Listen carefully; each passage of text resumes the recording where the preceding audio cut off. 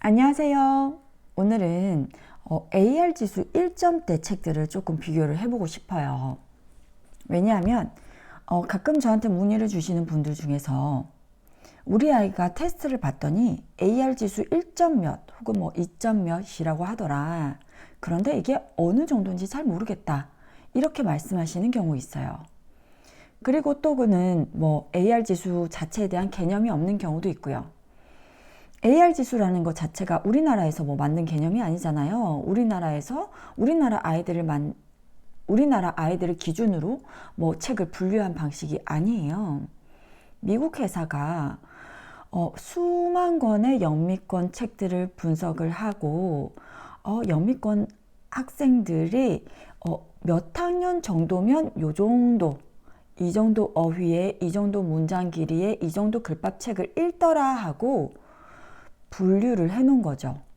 그러니까 그것을 사실 우리나라 아이들한테 바로 적용하기가 굉장히 어렵습니다.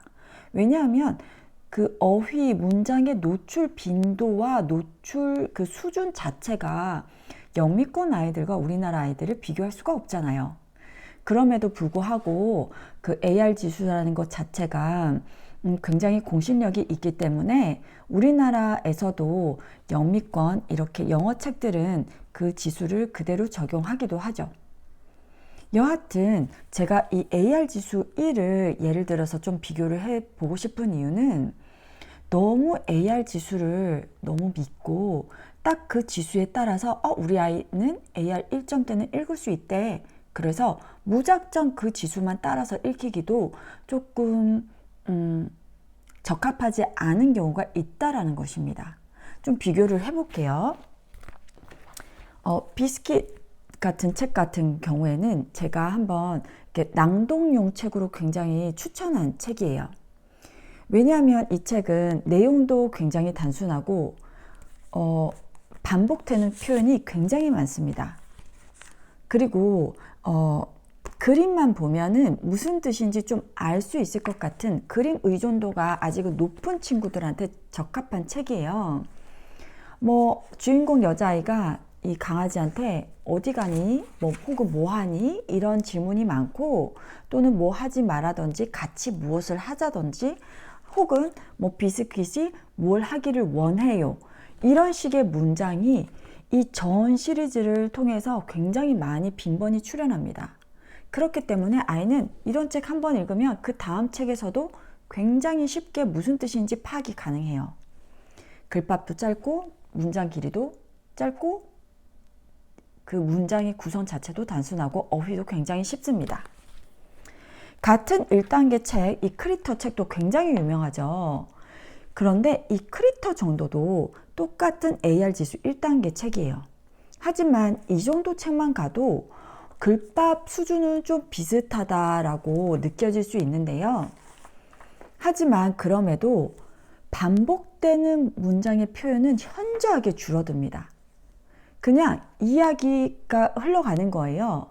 어떤 뭐 영어를 습득하기 위한 훈련이라기보다는 이제 아이가 점차 글밥 중심으로 텍스트 중심으로 이야기를 이해를 해야지 재미있게 읽을 수 있는 책으로 넘어가요.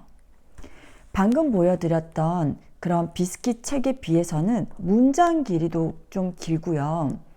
이 책 제목만 봐도 Just Creatures Who Care. Who care? 뭔가 단순한 문장 구성이 아니죠. 이렇게 보면은 이런 문장 길이, 이 문장만 읽어보셔도 같은 AR1 치고는 우리 아이가 얼마나 이해를 할까? 잘 이해할까? 좀 궁금증이 생기죠. 중문 본문이 벌써 나오기 시작합니다. 똑같은 AR1 볼게요.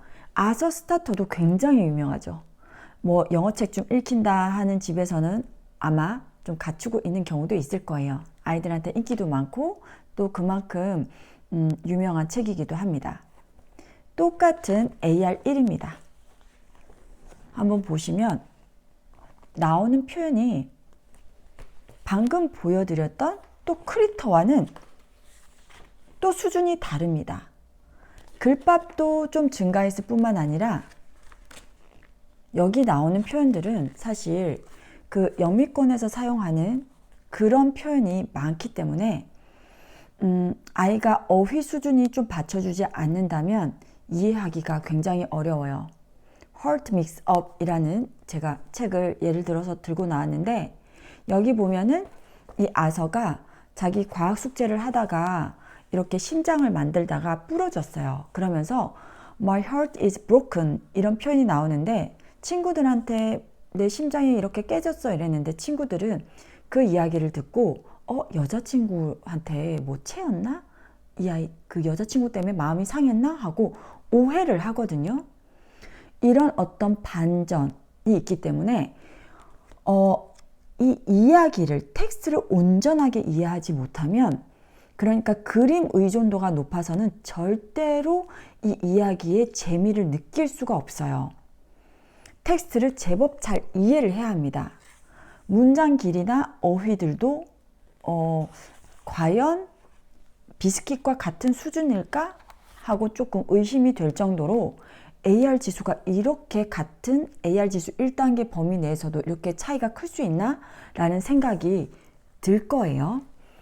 이렇게 글밥과 문장의 길이나 어휘의 수준이 달라집니다. 그렇기 때문에 AR 지수에 너무 의존을 해서 아이의 책을 고르면 안 돼요. 우리 아이가 AR 지수가 1단계라고 하던데, 그러니까 AR 지수 1점대 책을 많이 읽혀야지, 그리고 나서 2점대 책을 노려볼까? 막상 아이들한테 책을 읽혀보면 딱 그 지수에 맞춰서 책을 읽힐 수가 없습니다. 그렇기 때문에 이번 시간을 통해서 알려드리고 싶은 것은 AR 지수 1, 2, 3 뭐든 상관없이 그 지수를 너무 맹신하지 말라는 거예요. 그 범위 안에서도 굉장히 그 수준 차이가 커요. 그렇기 때문에 아이한테 그 숫자를 가지고 책을 선정을 하시면 아이의 수준에 맞지 않거나 혹은 취향에 맞지 않는 그런 실수를 범할 그 가능성이 높아집니다. 그래서 이런 AR 지수보다는 아이의 취향과 그리고 국어의 문해력을 좀 더 고려하시길 바래요. 자, 다음번에는 좀 더 디테일하게 아이들의 영어책 고르는 방법을 좀 알려드릴게요. 자, 오늘 영상은 여기까지입니다. 감사합니다.